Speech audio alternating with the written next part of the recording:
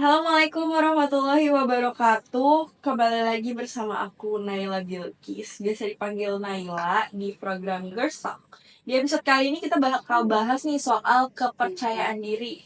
Apa sih pentingnya percaya diri, membangun diri sendiri, agar tuh orang-orang nggak bisa ngejatuhin kita dengan kekurangan yang kita punya. Nah, di sini tuh aku udah punya narasumber yang super keren banget. Ada kakak-kakak di sini. Perkenalkan, pertama ada kakak siapa nih? Halo, Assalamualaikum warahmatullahi wabarakatuh. Perkenalkan, nama aku Laras Anggraini, biasa dipanggil Laras. Hai Kak Lara. Hai. Halo, perkenalkan nama aku Tata Dinanti, biasa dipanggil Tata. Halo Kak Tata. Hai. Halo, nama aku Jenny Fatmawati, biasa dipanggil Jenny. Hai Kak Jenny. Hai. Tadi udah denger ya pembukaannya soal kepercayaan diri nih. Nah, aku mau tanya nih, menurut kakak-kakak insecure itu penting gak sih? Dan gimana sih cara untuk mengatasi rasa insecure tersebut? Nah, menurut Kak Laras gimana nih soal pandangan? Pandanganku terkait dengan kepercayaan diri dan insekuritas ini, salah satunya yaitu pandanganku terkait dengan kepercayaan diri itu ada plus minusnya ya, Nay. Dimulai dari minusnya dulu, kita jadi takut untuk tampil di depan umum, nggak percaya diri, nggak pede. Terus plusnya kita menjadikan insecurity ini menjadi sebuah motivasi dan potensi yang harus kita majuin lagi ya, Nay. Contohnya, kalau misalkan kita nggak berani percaya diri, ngobrol di depan orang banyak tuh alasannya kenapa sih, ya kan? Oh iya, karena aku nggak biasa ketemu orang banyak. Nah, dimulai dari ketemu orang banyak dulu, ngobrol hal-hal kecil, hal-hal yang unik, dan akhirnya belajar dari hal-hal menjadi hal-hal yang besar untuk diobroli. Jadi introspeksi diri Jadi introspeksi diri. Ya. Kalau dari aku sih ngerasa bahwa bener banget kalau kata Laras ada plus minusnya. Untuk minusnya kita jadi ngerasa bahwa kok aku nggak bisa ya kayak gini. Tapi ternyata plusnya adalah kita menjadi introspeksi bahwa oh kekurangan kita loh di sini. Kalau dari aku sih contoh nyatanya Iya. dari pas aku tuh skripsian males banget karena ngerasa bahwa apa namanya skripsi yang aku angkat ini ternyata nggak tembus sampai dosen pembimbing karena apa namanya ditolak judulnya. Jadi di situ aku kayak udahlah males banget, aku nggak nonaktifin Instagram segala macam karena ngerasa kok teman-teman bergerak itu cepat banget nggak kayak aku gitu. Akhirnya aku insecure di situ, kan jatuhnya insecure, tapi di situ aku nggak bisa menerima diri aku bahwa aku ini malas segala macam. Akhirnya aku benar-benar tertinggal gitu. Nah, bentuk dari penerimaan itu ya aku loh harus bisa kayak mereka. Aku sebenarnya insecure karena aku nggak bisa, tapi aku bakal introspeksi kayak aku bakal bisa loh seperti mereka gitu. Iya, kalau benar banget kata Kak Laras dan Kak Jenny kan, ini ada plus minusnya. Jadi aku mau nambahin pandangan aku mengenai plusnya ya. Jadi tuh menurut aku di sini kalau misalnya kita insecure, jujur aku juga belum begitu percaya diri kan. Pasti semua manusia tuh ada rasa insecure lah, kayak kok dia udah begini, dia udah begitu. Nah di situ tuh poin plusnya bagi aku adalah aku tuh selalu menjadikan itu pacuan buat aku gitu loh, kayak dia aja bisa kayak gitu.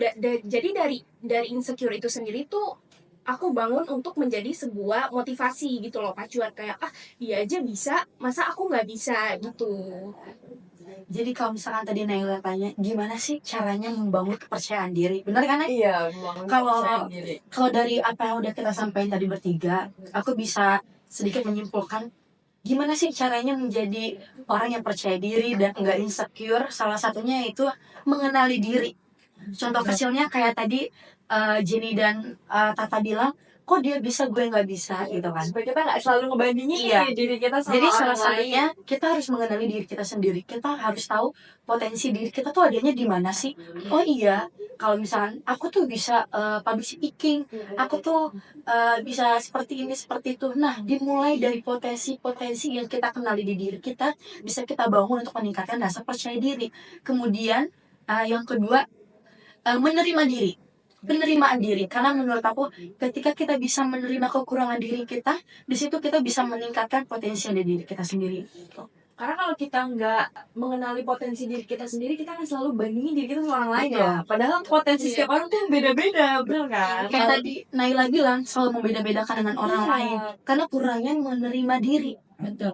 Kalau kata-kata motivasi bilang kalau menyuruh burung untuk terbang, kalau menyuruh ikan untuk terbang kita nggak bakal bisa.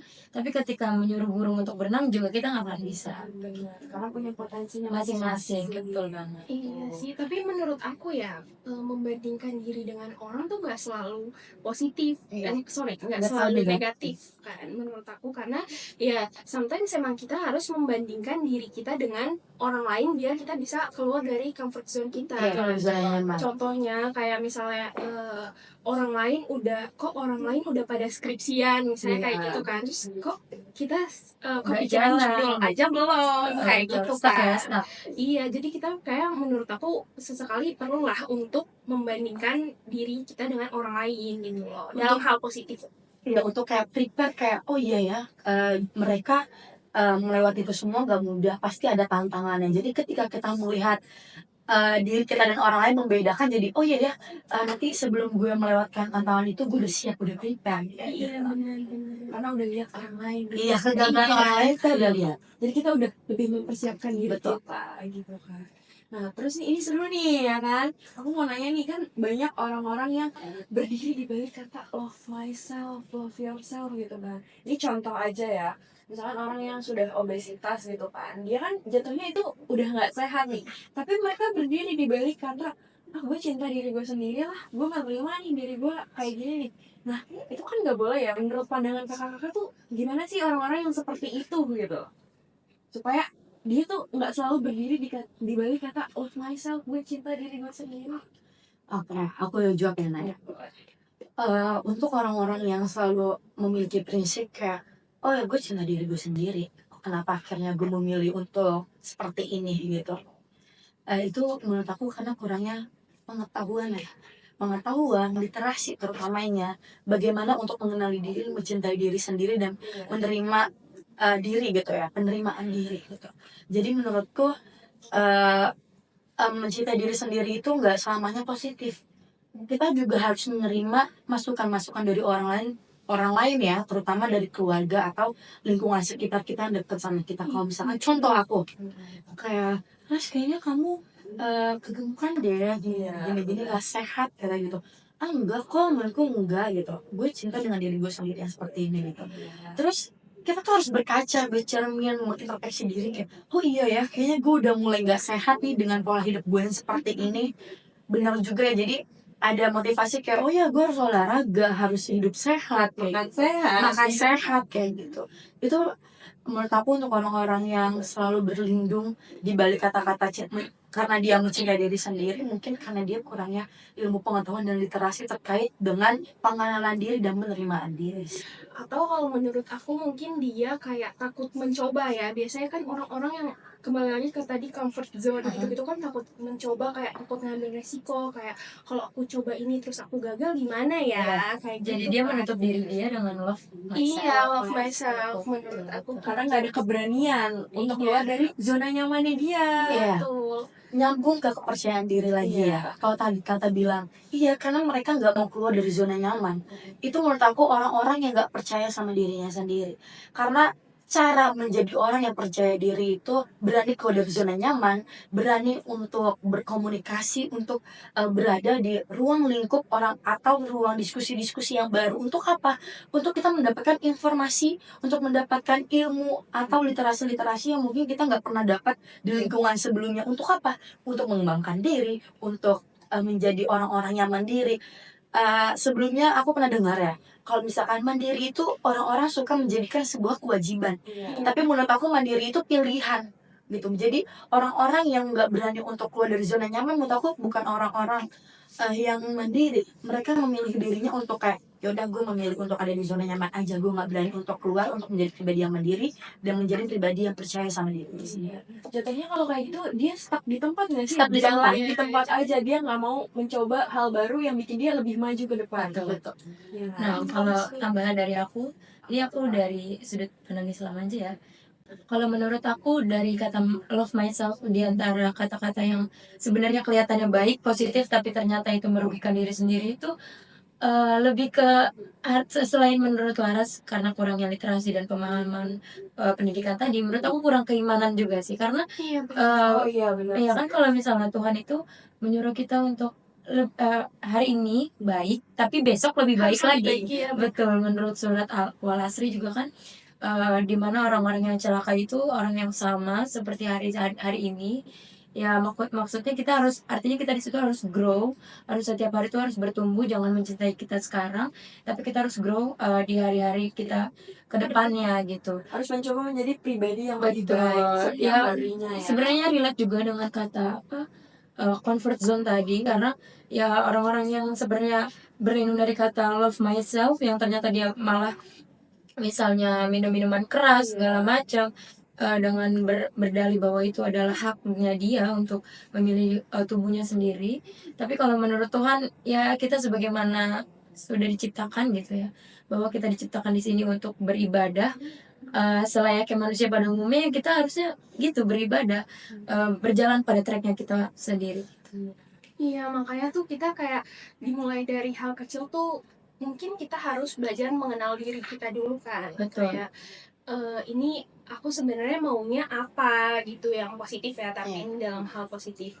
Kalau misalnya kita aja kayak nggak belum mengenal diri kita sendiri gitu, kayak belum tahu mau diri kita apa, itu tuh kita bakalan akan tetap menetap di comfort zone itu karena ya kita nggak tahu juga arah kita mau kemana gitu.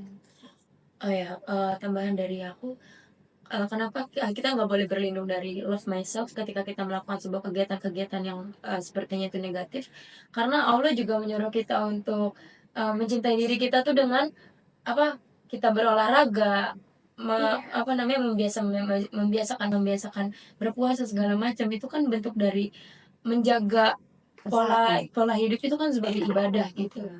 Jadi ya menurut aku, untuk kita mencintai diri kita sendiri ya di situ ada peran Tuhan juga sih. Jangan kita terlalu ekstrim untuk mencintai diri kita sendiri makanya malah jadi salah tangkap. Oh, maksudnya tuh jadi kayak harus balance sama agamanya ya. Betul Iya. sih. Dan menurutku orang-orang yang nggak percaya sama dirinya sendiri itu dan apa ya nggak mau keluar dari zona nyaman, mereka tuh selalu berpikiran negatif.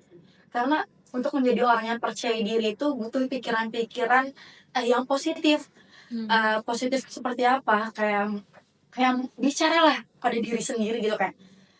Contoh aku ya, harus kamu tuh bisa kok jadi orang yang seperti ini, seperti itu, segala macam menjadi seperti dia atau seperti itu. Itu menurut aku adalah satu cara yang memupuk diri untuk menjadi orang yang percaya diri. Salah satunya itu berpikir positif dan yang tadi aku bilang banyak banget orang yang takut untuk menanyakan hal-hal baru, menanyakan hal-hal unik atau hal-hal yang terjadi di era sekarang. Mereka hanya mau kayak, oh ya udah, gue cuma tahu dari media sosial aja. Gue nggak pernah pengen tahu adanya ruang-ruang diskusi. Menurutku itu menjadikan kita gagal untuk menjadi diri sendiri dan gagal untuk percaya sama diri sendiri. Karena dulu aku cerita sedikit pengalamanku ya. Iya, boleh. Dulu aku orang yang nggak percaya diri loh, Nay. Aku tuh nggak berani untuk kayak kayak di kelas gitu ya, presentasi atau aku berpergian sendiri, aku nggak percaya sama diri aku sendiri. Tapi ketika aku berada di lingkungan yang baru, lingkungan yang bisa menerima kita, lingkungan yang percaya sama kita, itu membawa hal-hal positif. Hal positif seperti kayak, Laras kamu bisa kok bicara di depan umum, coba kamu sukanya apa, kamu gimana-gimana. Di situ aku berani untuk mengungkapkan pendapat, untuk mencari tahu informasi yang terkini gitu loh di Jadi era itu sekarang. motivasinya ya. Iya, jadi untuk menjadi orang yang percaya diri kita tuh harus banyak ketemu sama orang banyak, Nay. Ketemu sama orang-orang yang menurut aku bisa menjadi inspirasi untuk diri kita sendiri. Kita bisa jadi belajar juga ya dengan mereka. Betul, karena kalau misalkan kita cuma baca buku, penting baca buku menambah literasi itu penting. Tapi kalau misalkan kita nggak praktekkan secara langsung gitu, menurut aku nggak menjadi sia-sia juga sih. Cuma kayaknya kurang aja gitu kalau untuk di aku. Jadi untuk teman-teman mungkin yang nonton ini yang kehilangan rasa percaya diri, selain kita baca buku menambah literasi, kita juga perlu berinteraksi sama orang banyak.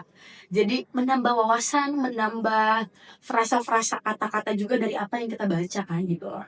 Iya setuju banget. Mungkin dari pertama kita memvalidasi diri kita dulu bahwa kita tuh bisa loh, kita tuh mampu dan kita harus menemukan lingkungan-lingkungan sehat tadi ya Betul. yang bisa memotivasi kita juga, yang memvalidasi perasaan-perasaan kita bahwa kita tuh bisa juga. Karena kita cuma punya dua tangan. Iya. Kita nggak bisa menutup semua mulut orang-orang yang ngejudging kita. Kita cuma bisa menutup kedua telinga kita. Supaya tidak mendengar Betul. apapun yang dibicarakan orang di luar Iya. sana.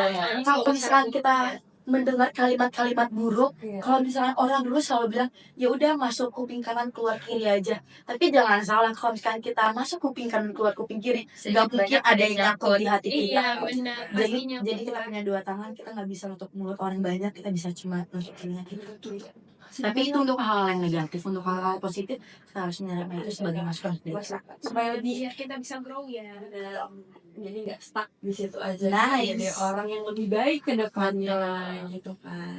Berarti kepercayaan diri tuh memang sepenting itu ya. Penting banget. Penting banget. Harus dibangun sejak dini supaya kita tuh nggak yang aduh insecure, nggak bisa ini, nggak bisa itu. Ya mungkin sebenarnya berat ya kalau misalnya kita memulai langkah awal yang tadi sudah disinggung juga sama Kak Tata bahwa cara kita keluar dari zona nyaman itu emang cukup berat dibanding kita ya biasa kita main HP di dalam terus kita harus beradaptasi dari sini ke sana sama orang yang membutuhkan jarak waktu segala macam tapi kan mungkin cara bersilaturahmi itu selain menambah relasi segala macam kita juga bisa menambah pola pikir sudut pandang orang gitu yang menambah kita jadi lebih percaya diri mungkin lebih mengenal diri kita sendiri. Lagi zaman sekarang kan orang handphone Iya, media sosial. Jadi orang tuh tidak bisa berkomunikasi secara Secara langsung nih langsung, kayak kita betul. ngobrol kayak gini kan. Apalagi semenjak COVID ya. Iya. Apa-apa daring, apa-apa online. Jadi sekalinya ketemu langsung tuh, lu jadi nggak pede. Nggak nih. pede. Iya kan. Takutnya nggak sesuai ekspektasi. Betul. Nah, media sosial juga menurut aku penting banget ya kalau kita bahas tentang kepercayaan diri. Kalau misalnya kita ngeliat Instagram atau WhatsApp status yang isinya tuh tentang pencapaian atau segala macam, kita merasa bahwa kok kita gini-gini aja ya, padahal kita nggak tahu apa yang nggak dia post tentang jatuhnya dia, tentang nangisnya dia. Betul, dia cuma ngepost dan membagikan apa yang udah dia capai aja tentang kebahagiaannya gitu. Iya ada tuh, aku punya pengalaman juga kayak gitu soalnya Kak. Dimana aku nggak masuk PTN kan, di saat teman-temanku masuk PTN dan PTN-PTN yang aku emang impikan tuh masuk situ. Aku sampai deaktif Instagram supaya kayak, aduh nggak bisa Istirahat ngeliat dulu ini. ya. Iya, makanya jadi nggak percaya diri. Aduh ternyata aku nggak sebintar mereka ya gitu dengan pencapaian mereka. Tapi dari situ aku juga belajar bahwa ya mungkin memang jalannya aku tidak di situ. Rezeki orang Rezeki orang beda-beda.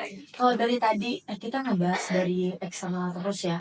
Kalau Naila dan teman-teman yang lain, kalau menurut aku kita sama-sama tahu kalau misalkan pendidikan pertama itu dimulai dari rumah, di keluarga ya kan.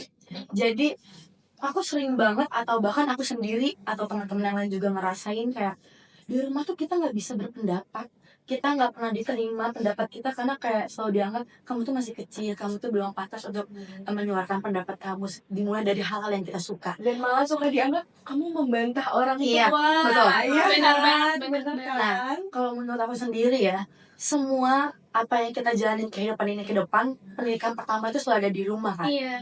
Jadi untuk teman-teman mungkin yang ngerasa kayak gue ini nggak pernah diterima loh di rumah gitu. Gimana sih caranya? Karena banyak banget kita sama-sama tahu sering denger banget bahkan kayak tentang mental health segala macam Iya. itu selalu dijadikan alasan untuk orang-orang tidak mau berkembang. Iya. Menurutku untuk teman-teman yang kayak gue nggak bisa berpendapat di rumah terus di luar juga gue nggak mau kayak gitu. Menurutku teman-teman itu kurang apa ya, terlalu baperan di rumah. Jadi kayak orang tua sedikit-dikit kayak gini-gini marah-marah terus kita jadi kayak baper, jadi nggak mau ngomong gitu kan. Menurutku harus dimulai dari rumah. Dengan apa? Dengan menyampaikan hal-hal yang kayak ini kayaknya nggak bisa diterima, lebih baik seperti ini. Dengan apa? Dengan penyampaian-penyampaian yang baik ke orang tua, karena nggak selamanya apa yang kita sampaikan itu orang tua terima kan. Begitu juga ketika kita ada di luar lingkungan rumah, kita nggak bisa asal ngomong kayak nggak bisa kayak gini dong, harus seperti ini pendapat kita kan. Itu nggak bisa, kita harus memfilter dulu kayak kita harus menjadi apa, kita harus menjadi tempat di mana kita berada. Contohnya kayak misalkan kayak air deh, kita ada air ini ada di dalam gelas kita seperti gelas, atau air ada di dalam gayung kita seperti gayung. Seperti itu kita menempatkan diri di luar. Kayak misalkan lingkungan seperti ini harus kayak gini ya ngobrolnya, kita nggak bisa asal bicara. Nah di situ kita mengenali diri, oh iya, kita harus menjaga image. Penting loh menjaga image itu. Oh, kayak Iya. penyesuaian diri ya. Penyesuaian diri, Membangun karakter diri membangun juga karakter nggak diri. sih? Kita nggak sembarangan ada suatu tempat ngomongnya ngasal segala macam. Kita harus menempatkan diri, harus pintar-pintar. Sesuai tempat juga. Nah, itu belajarnya dari apa? Dari berani berpendapat di rumah dengan apa? Dengan penyampaian yang baik. Karena kita semua sama-sama tahu, semua orang tua pasti jarang dan nggak mau dikritik kan. Nah, kita karena kita nggak bisa maksain orang tua atau lingkungan di luar tuh untuk tahu kita harus seperti apa, tapi kita sendiri yang tahu gimana caranya menyampaikan yang baik. Apalagi perbedaan generasi ya, Betul. itu juga ngaruh banget kan. Gimana? Generasi boomer tuh benar-benar Benar. apa yang menurut aku bukan kurang sih, Iya sih. pendidikan zaman dulu Iya, sekarang kan beda. Dan apa yang terjadi di lapangan, praktek lapangan juga udah beda kan Beda. antara kita dan mereka. Kita gitu. kita sebagai masyarakat modern yang hidup di serba modern juga harus menjadi apa ya, manusia yang berpikiran modern. Iya. Enggak yang kayak kita hidup di daerah modern tapi pemikiran kita tertinggal. Nah, kalau dari aku sih tambahan dari Laras ya, pendidikan pertama itu kan ada di rumah. Nah, kebanyakan dari kita itu kan selalu bersinggungan pendapat dengan orang tua. Nah, mulai dari kita ini yang sudah mendapat pendidikan dan pembacaan literasi yang baik, kita bisa menjadikan rumah itu menjadi pendidikan pertama yang baik buat anak kita, karena kita juga udah sebagai orang tua nantinya akan mengajarkan anak-anak dan membangun generasi yang lebih baik. Jangan sampai apa yang kita dapat di rumah negatifnya kita malah tularkan ke anak kita menjadi kita malah jadi toksik juga gitu bagi anak-anak. Dijadikan pelajaran ya ke Iya, depan dijadikan ya. pelajaran. Kita bisa gimana nih cara buat ngeparenting anak kita ke Betul. depannya dengan lebih baik lagi gitu. Jadi istilahnya ketoksikan dari orang tua kita nih kita stop di kita aja ya. Iya, Jangan sampai anak kita kita jangan sampai merasakan. merasakan apa yang kita rasakan. Itu sih, iya sih. Menurut aku tuh juga kalau misalnya jadi orang tua ya, aku juga pasti kita semua akan jadi orang tua ya. Yang terpenting tuh adalah mendengarkan anaknya sih ya, karena biasanya kan apalagi yang kita rasain sekarang kayak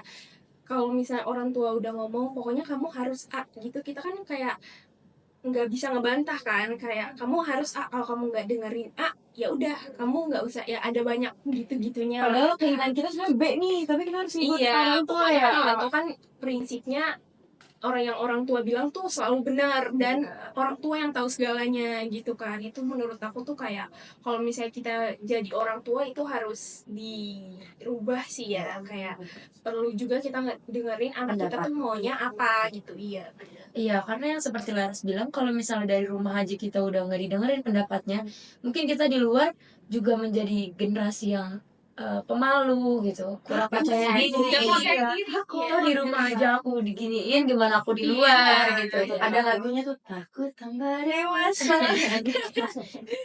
Iya, di keluarga aja aku nggak didengerin, apalagi orang lain nih yang bukan Iya, siapa-siapa. jadi orang-orang tuh kehilangan kepercayaan dirinya. Jadi tapi jangan dijadiin apa yang terjadi di rumah, apa yang kita dapatkan di rumah menjadi alasan kita untuk tidak menjadi percaya diri di luar. Harusnya kita dapat membuktikan oh ya, aku nggak bisa di rumah seperti ini, aku harus berkembang di luar, aku harus membuktikan kepada keluargaku bahwasannya aku nih orang yang percaya diri, aku mampu bertanggung jawab atas apa yang aku lakukan. Jadi nggak boleh tuh ada takut gitu kan. Kita harus, kalau kita emang maunya ya udah sampaikan aja kepada orang tua bahwa gue bisa lo ngelakuin A gitu. Asalkan berani untuk bertanggung jawab atas apa pilihan kita ya. Udah ya guys, jadi itu tuh tadi pendapat kakak-kakak soal kepercayaan diri. Menurut kalian nih gimana nih, ya kan? Jadi sekian untuk episode kali ini. Terima kasih buat kakak-kakak yang udah mau kasih. udah mau ditanya-tanya. Ya jangan lupa like, subscribe. Assalamualaikum warahmatullahi wabarakatuh. Waalaikumsalam warahmatullahi wabarakatuh.